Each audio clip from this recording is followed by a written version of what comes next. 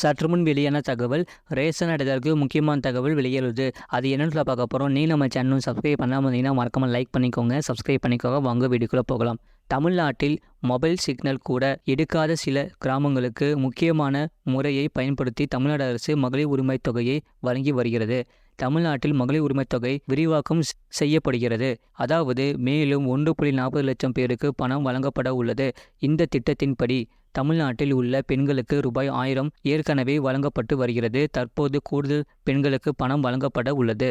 எப்படி இணைவது? தற்போது புதிதாக விண்ணப்பம் செய்பவர்கள், ஏற்கனவே விண்ணப்பம் செய்து நிராகரிக்கப்பட்டவர்கள் இதில் இணையலாம் என்று அறிவிக்கப்பட்டு உள்ளது. அரசு பணியில் இருந்து ஓய்வு பெற்றோர்களின் மனைவிகள் இதற்கு விண்ணப்பிக்கலாம்.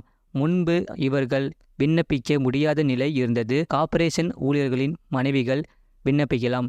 வேறு சில காரணங்களுக்காக நிராகரிக்கப்பட்டவர்கள் மீது விண்ணப்பம் செய்யலாம். அதன்படி மகளிர் உரிமைத் தொகை விரிவாக்கத்தில் புதிய பயனாளிகளுக்கு விண்ணப்பம் செய்ய இன்னும் 30 நாட்கள் மட்டுமே அவகாசம் உள்ளது.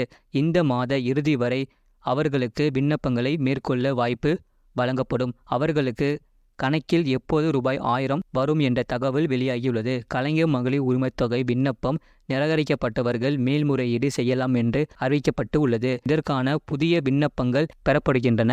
அதன்படி தமிழ்நாட்டில் மொபைல் சிக்னல் கூட எடுக்காத சில கிராமங்களுக்கு முக்கியமான முறையை பயன்படுத்தி தமிழ்நாடு அரசு மகளிர் உரிமைத் தொகையை வழங்கி வருகிறது. நீலகிரி உள்ளிட்ட பகுதிகளில் உள்ள சின்ன சின்ன கிராமங்களுக்கு கூட மகளிர் உரிமைத் தொகை வழங்கப்பட்டு வருகிறது. அங்கே வங்கிக்கு பணம் கொடுக்காமல் மணி ஆர்டர் போல கூட்டுறவு வங்கி வழியாக பணம் வழங்கப்படுகிறது. கூட்டுறவு வங்கியில் இல்லை என்றால் கணக்கு தொடங்கி அங்கே பணம் வழங்கப்படுகிறது. பல இடங்களில் போன் சிக்னல் கூட இருக்காது. இதனால் பணத்தை கொடுப்பதில் சிக்கல் வரும். இதனால் கூட்டுறவு வங்கிகளை தமிழ்நாடு அரசு பயன்படுத்தி அதன் வழியாக பணம் வழங்க முடிவு செய்துள்ளது. மகளிர் உரிமைத் தொகை விரிவாக்கத்தில் புதிய பயனாளர்களுக்கு கணக்கில் எப்போது ரூபாய் 1000 வரும் என்ற தகவல் வெளியாகியுள்ளது.